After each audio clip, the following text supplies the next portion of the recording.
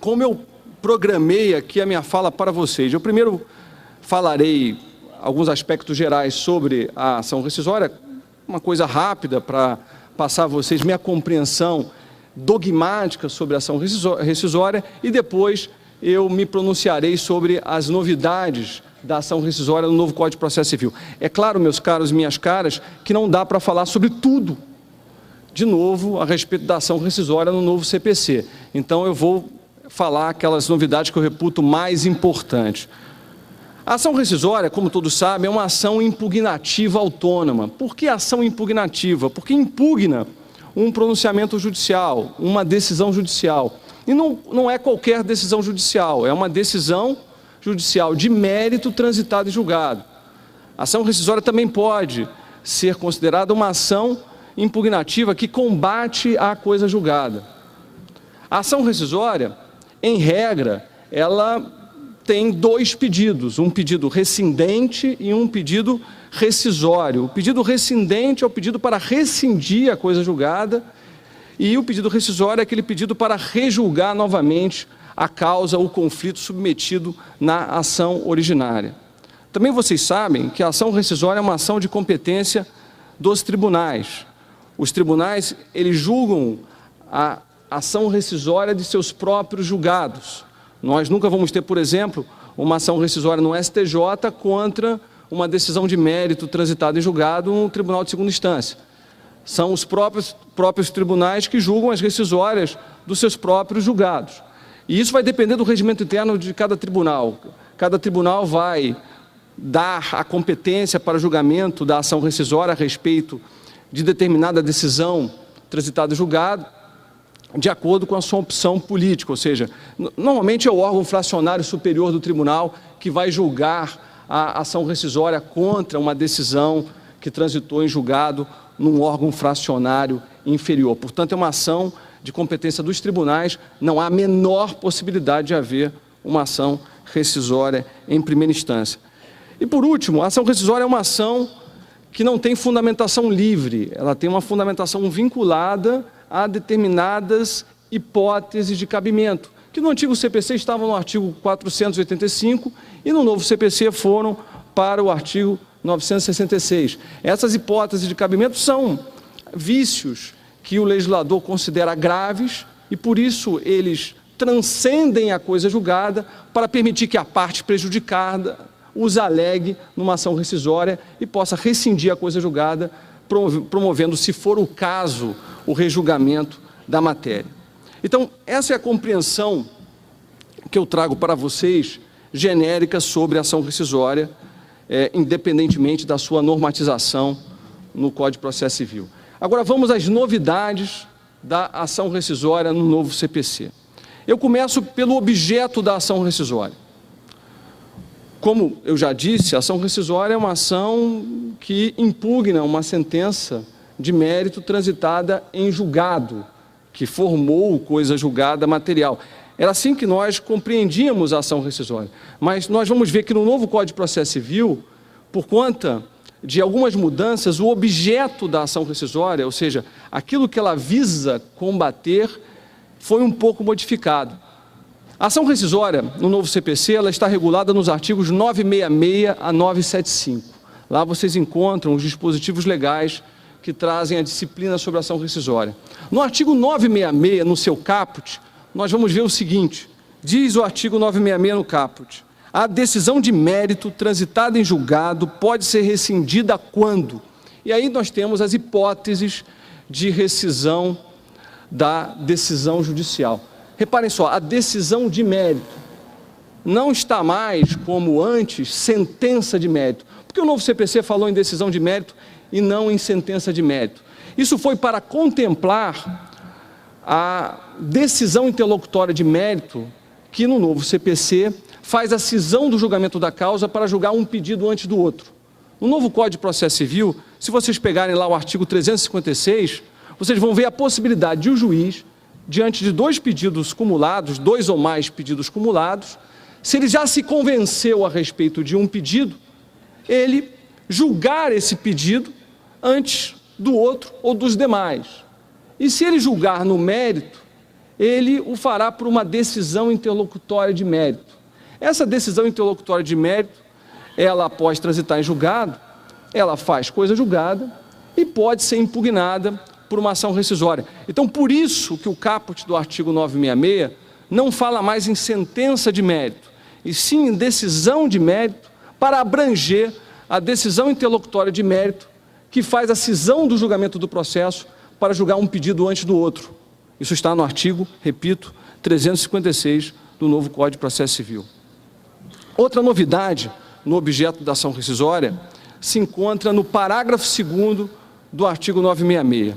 Eu disse, e comecei falando, que a ação rescisória é uma ação que impugna uma decisão de mérito transitada em julgado. Mas, no parágrafo 2º do artigo 966, meus caros e minhas caras, vocês vão encontrar a possibilidade de ação rescisória impugnar decisão processual. Isso mesmo. No novo Código de Processo Civil, será possível o manejo da ação rescisória para combater uma decisão processual. Agora, não é qualquer decisão processual. São 2 casos de decisão processual que eu chamo genericamente de decisões processuais de inadmissão. Quais são esses 2 casos? Estão nos incisos do parágrafo 2º do artigo 966. O primeiro caso é a decisão de inadmissão da ação que impede a sua repropositura. Explico melhor. Uma sentença que extinguiu o processo com base em um vício processual, no novo Código de Processo Civil, conforme o parágrafo 1º do artigo 486, a parte, se quiser repropor a ação, ela tem que corrigir o vício. Reparem, isso é diferente do que nós tínhamos para muitos autores no antigo Código, lá no artigo no artigo 268. Ou seja, no antigo Código, havia uma discussão se devia corrigir o vício ou não, diante de uma sentença terminativa transitada em julgado, que extinguiu o processo com base em um vício processual. No novo Código não há discussão. A norma do parágrafo 1º do artigo 486 exige que, diante de uma sentença terminativa, diante de uma sentença que extinguiu o processo sem julgamento do mérito, com base em um vício processual, por exemplo, ausência de um pressuposto processual, a parte, se quiser repropor a ação, ela tem que corrigir o vício. Então, reparem, essa sentença processual, com base em vício processual, ela tem no novo Código de Processo Civil uma estabilidade externa. Ela estabiliza o seu resultado para ações futuras, tanto que não pode ser reproposta a ação do mesmo jeito que ela foi proposta originariamente. A parte tem que respeitar essa sentença processual transitada em julgado num processo futuro, por isso que tem que corrigir o vício, se quiser repropor a ação com base no mesmo pedido. Então, por que a sentença processual, com base em vício processual, tem uma estabilidade externa, exigindo, noutro processo, a correção do vício, ela tem um comportamento após o trânsito parecido com a coisa julgada. Há até alguns autores, como o meu querido amigo Fred, meu dileto amigo Leonardo Carneiro da Cunha, que entendem que essa sentença, ela faz coisa julgada, que não é estabilidade externa, que não é esse fenômeno processual parecido com a coisa julgada, mas que não é coisa julgada. O Fred e o Leonardo, os professores Fred Dias Júnior e Leonardo Carneiro da Cunha, entendem que essa sentença ela faz coisa julgada, então nada mais natural que essa sentença ser impugnada por uma ação rescisória. Mas, para mim, isso é uma estabilidade externa, é um fenômeno processual distinto da coisa julgada, que faz, às vezes, da coisa julgada nesse caso. Então, essa sentença, que extingue o processo sem julgamento do mérito com base em vício, e impede a repropositura da ação, exigindo a correção do vício, essa sentença ela pode ser desafiada por ação rescisória. Esse é o primeiro caso de decisão processual que pode ser impugnada por ação rescisória. Qual é o segundo caso? Está no inciso 2 do parágrafo 2º do artigo 966. É a decisão de inadmissão do recurso. Diz lá o inciso 2. A decisão de inadmissão do recurso está sujeita à ação rescisória se houver um dos motivos do caput. Bom, dito assim, parece que é qualquer decisão de inadmissão do recurso. Não é. Esse recurso que foi inadmitido por uma decisão que pode ser alvo de ação rescisória, tem que ser um recurso contra uma decisão rescindível. Ou seja, a parte interpôs um recurso contra um acórdão com conteúdo de sentença de mérito, um recurso especial, vamos supor, teve esse recurso inadmitido por uma decisão, essa decisão, ela incorreu num dos vícios do artigo 966, então essa decisão, muito embora de inadmissibilidade de recurso, porque é uma decisão de inadmissibilidade de recurso contra uma decisão rescindível, e porque é uma decisão que incorreu num dos vícios do artigo 966, ela pode ser impugnada por ação rescisória. Então, resumindo, no parágrafo 2º do artigo 966, os senhores e as senhoras vão encontrar decisões processuais que podem ser impugnadas por ação rescisória.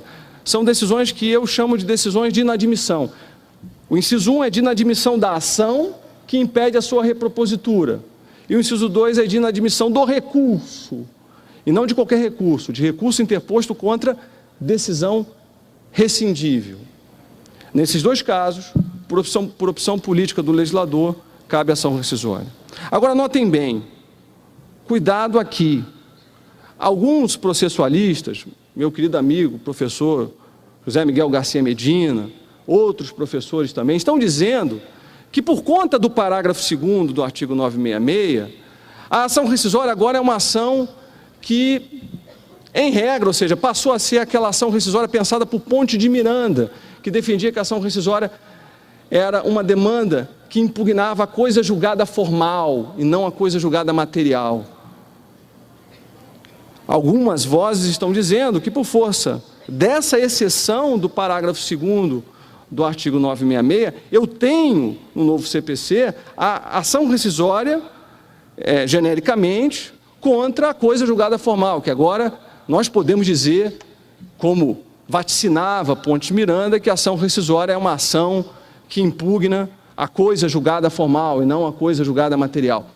Bom, meus caros e minhas caras, com todo respeito, eu discordo. A meu ver, a ação rescisória é ainda uma ação impugnativa de uma decisão de mérito transitada e julgada. O que está no parágrafo 2º é exceção. São exceções que, vejam só, que estão preocupadas com a solução de mérito. São exceções que estão preocupadas com a decisão de mérito, ou pelo menos preocupadas com a coisa julgada material.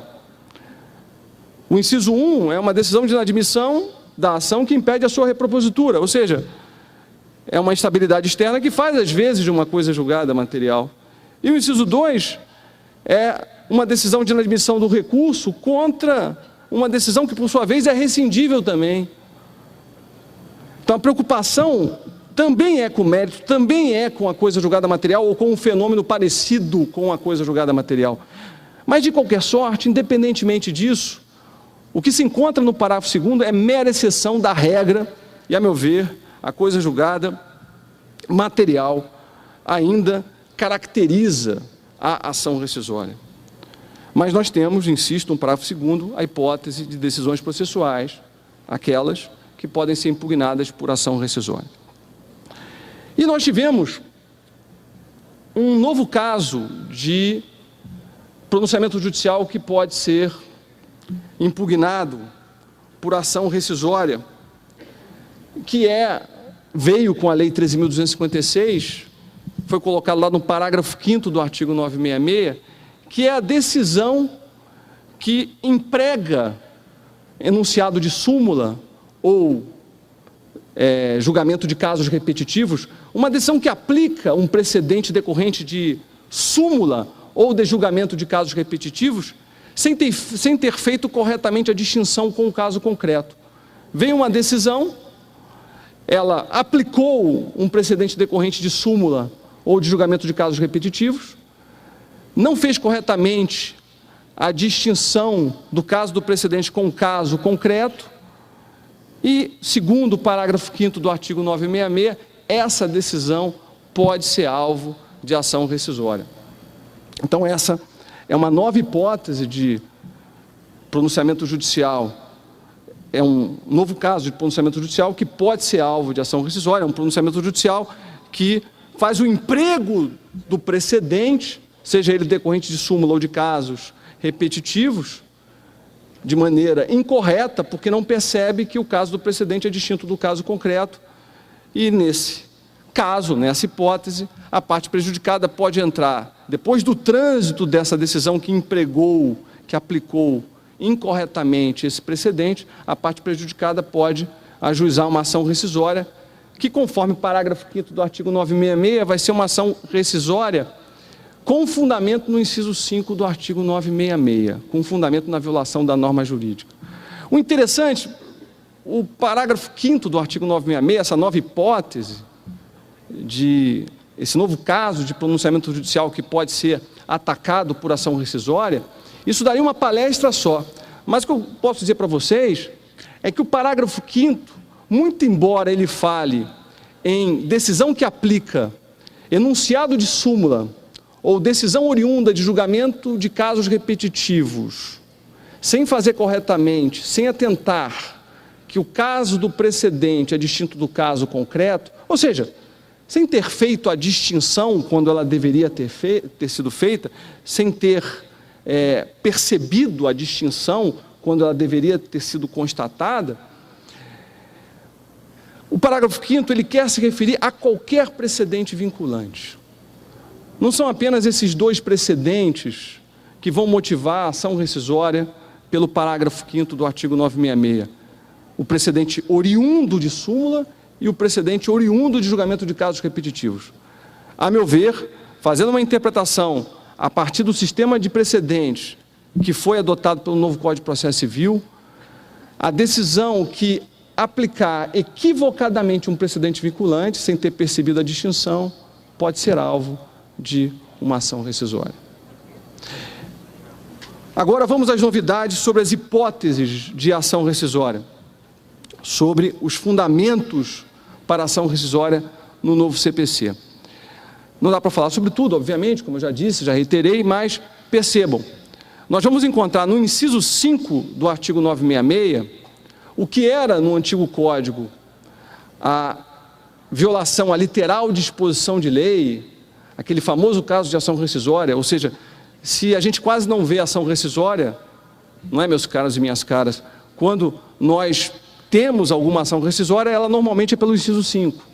Ela normalmente se dava pelo inciso 5 e vai continuar sendo pelo inciso 5 a hipótese mais comum de ação rescisória. No antigo Código, era a violação à literal disposição de lei. Como isso aparece no novo Código? Violação manifesta a norma jurídica.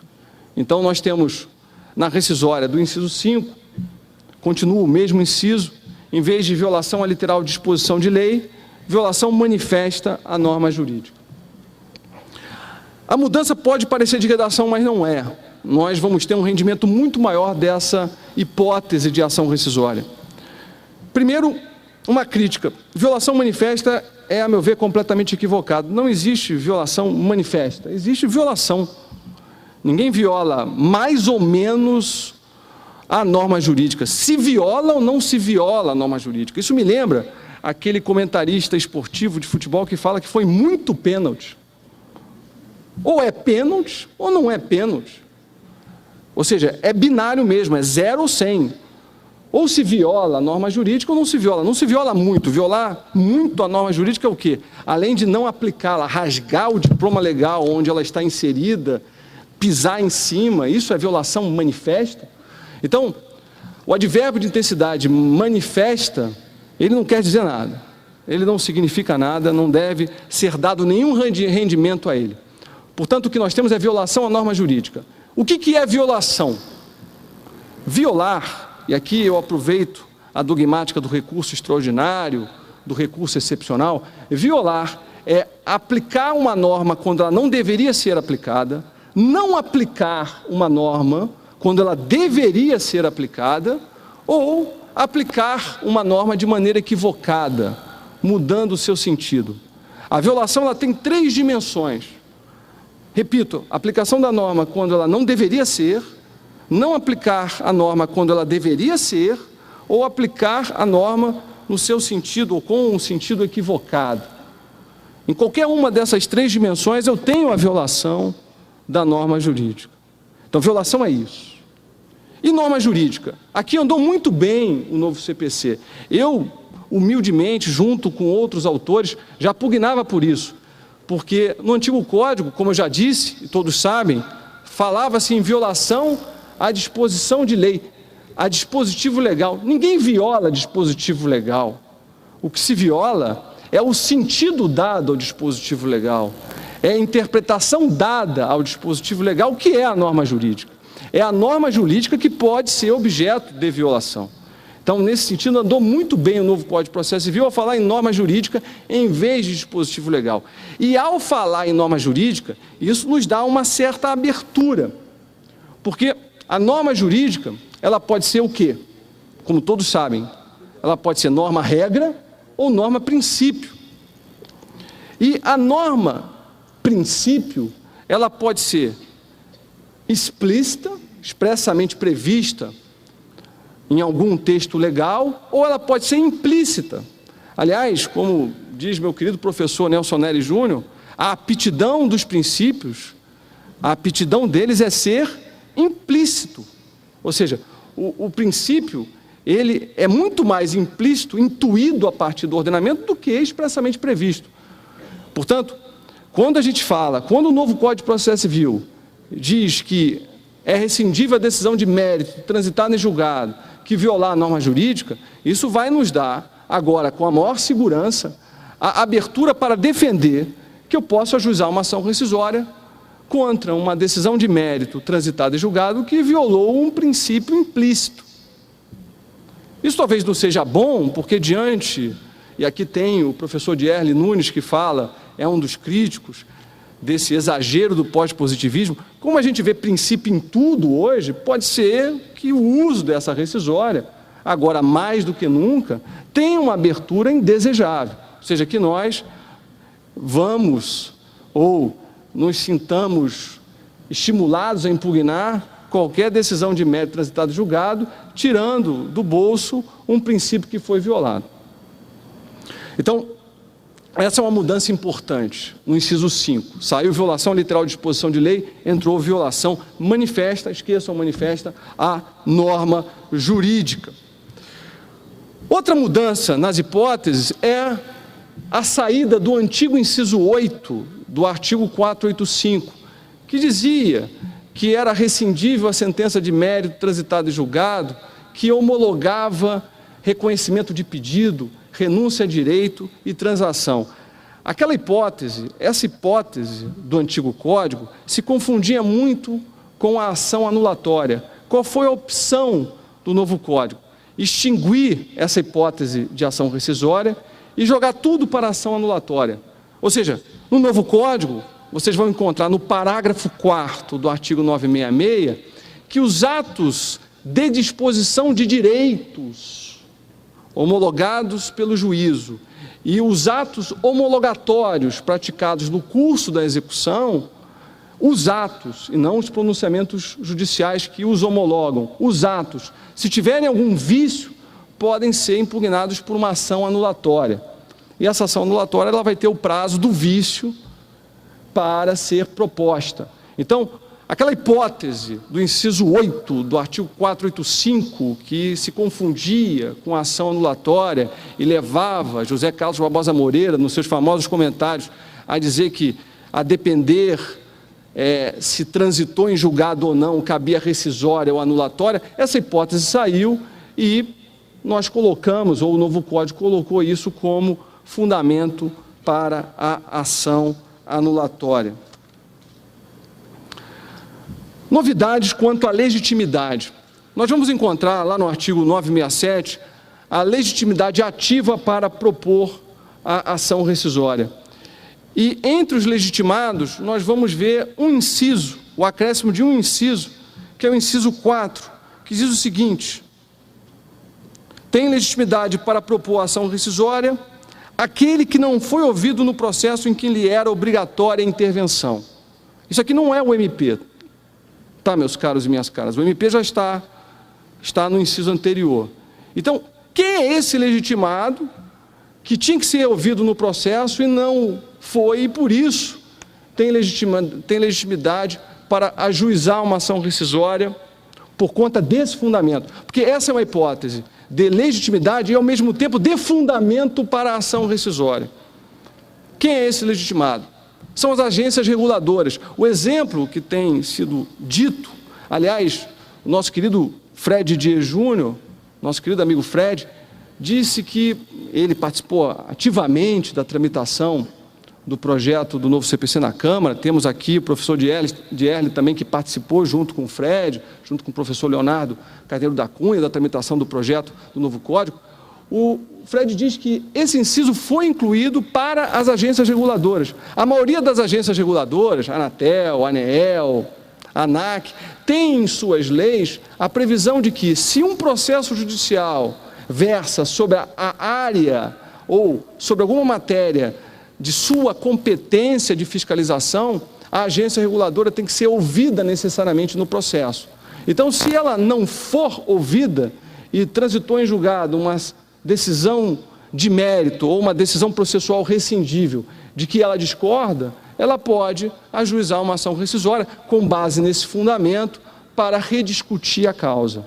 Então, nós temos um acréscimo de um legitimado para propor a ação rescisória, que o exemplo que nos vem é das agências reguladoras que, em sua maioria, têm essa previsão em suas leis de que devem ser ouvidas nos processos cuja matéria envolve a sua área de fiscalização, a sua área de regulação.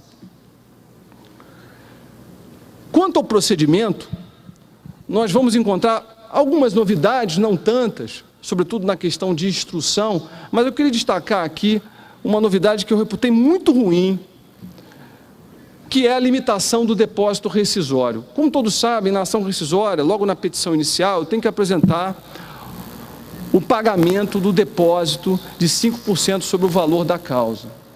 Isso no antigo Código não tinha limitação, o que inibia bastante a tentação de impugnar a coisa julgada.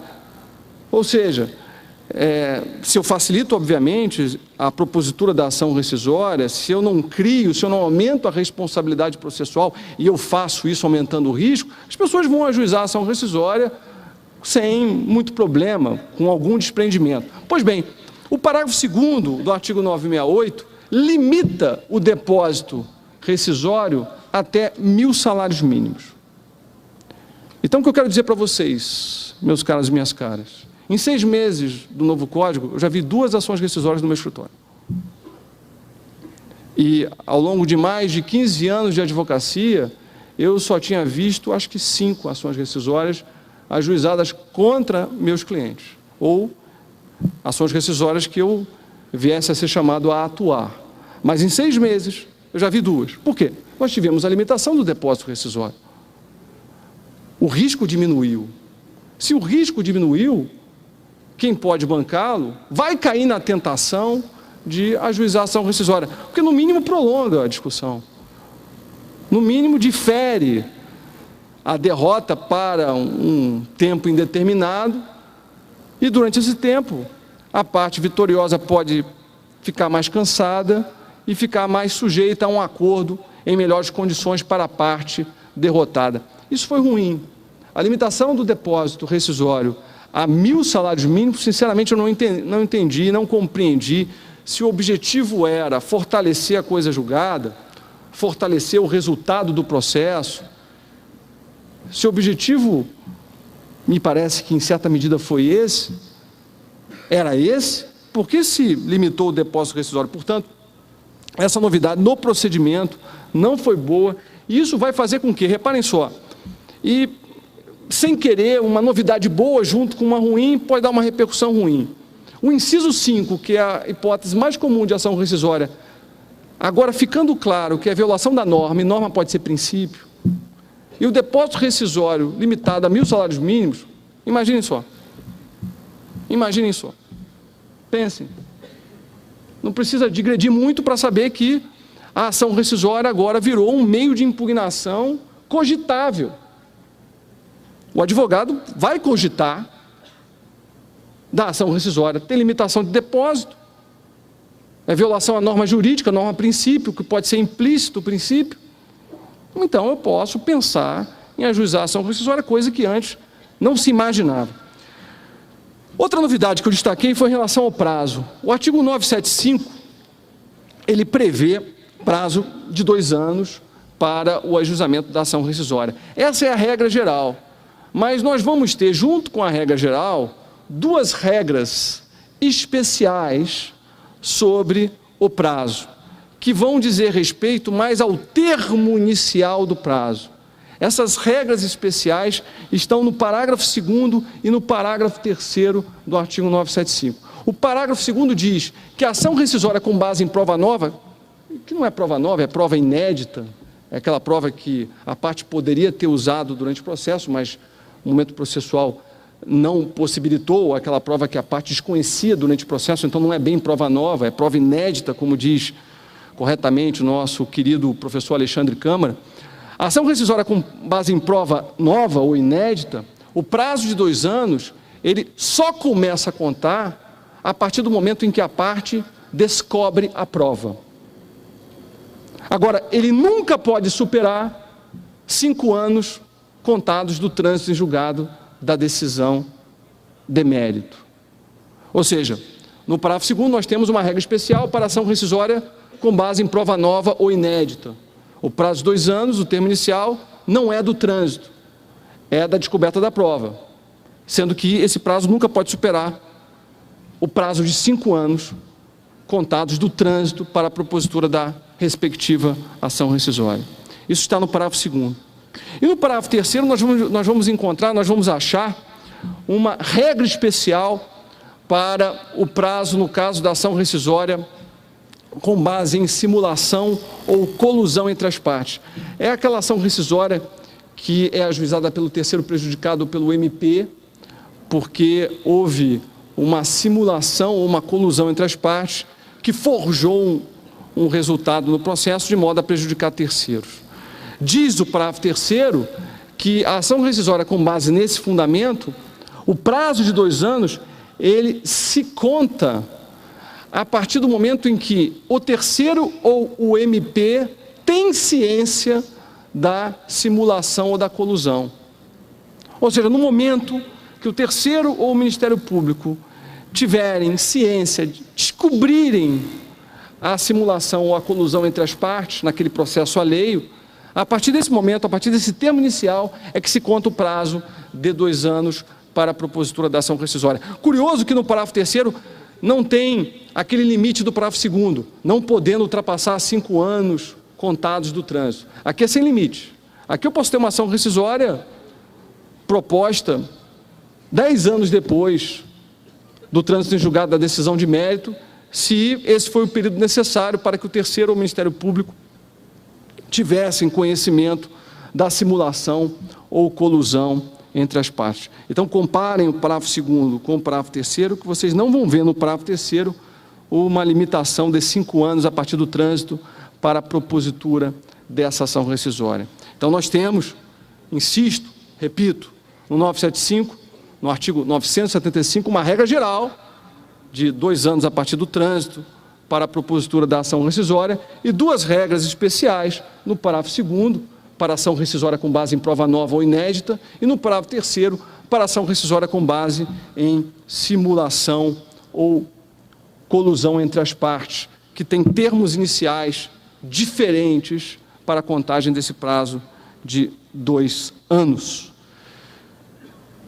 No mais, meus caros e minhas caras, a ação rescisória não encontra nenhuma outra grande novidade. Eu insisto aqui no que eu disse.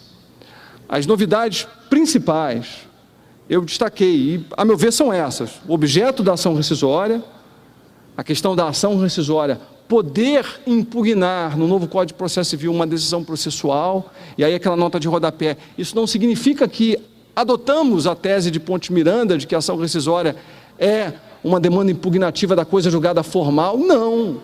A ação rescisória é ainda uma ação impugnativa da coisa julgada material, da decisão de mérito. O que se encontra no parágrafo 2º é mera exceção a confirmar a regra. E também destaco a novidade do inciso 5. Como eu disse, não é mera mudança de redação. O que nós vamos encontrar no inciso 5 é uma norma com um poder de abrir as hipóteses de ação rescisória que nós não tínhamos antes. Eu, quando fiz meu estudo para a dissertação de mestrado, isso nos idos de 2005 e 2006, sobre o inciso 5 do artigo 485, encontrei, digamos assim, em número razoável, posições dizendo que não cabia ação rescisória com base em violação de princípio.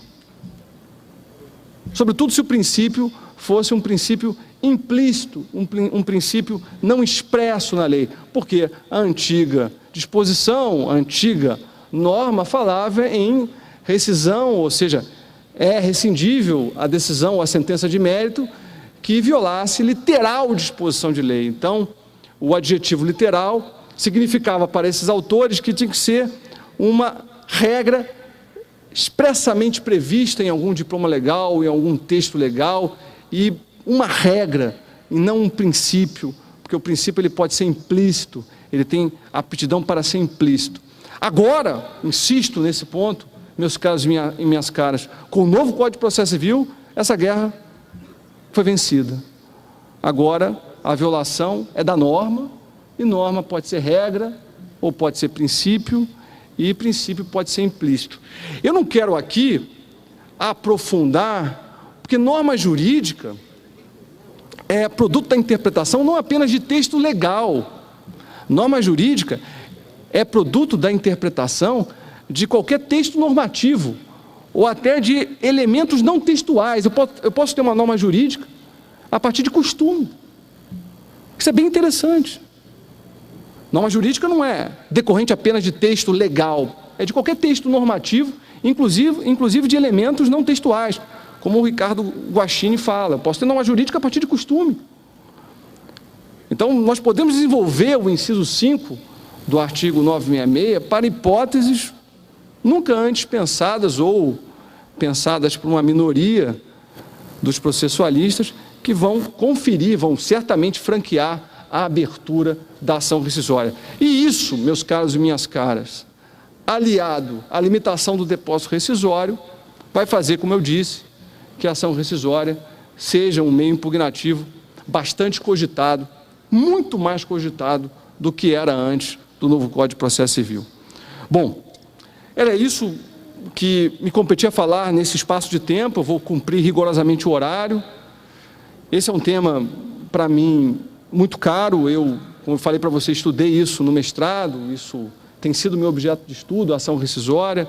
Para mim, a disciplina no novo CPC ficou muito boa, apesar da limitação do depósito rescisório. Eu acho que, no geral, nós tivemos mais ganhos do que perdas com a nova disciplina da ação rescisória, sobretudo no que toca ao inciso 5. E agradeço muito a atenção de vocês, agradeço novamente o convite que me foi feito pelo meu querido amigo Pedro Miranda de Oliveira. Parabenizo a OAB de Santa Catarina, que falo como dirigente da OAB do Rio de Janeiro, pela excelência do evento. Eu estou vendo esse auditório, um auditório imenso, repleto de gente. Aqui é aquele finito incontável, a gente não sabe dizer quantas pessoas tem aqui, mas certamente tem mais de 200, 300 pessoas, todas interessadas em saber o novo Código de Processo Civil. Muito obrigado pela atenção, muito obrigado pelo carinho.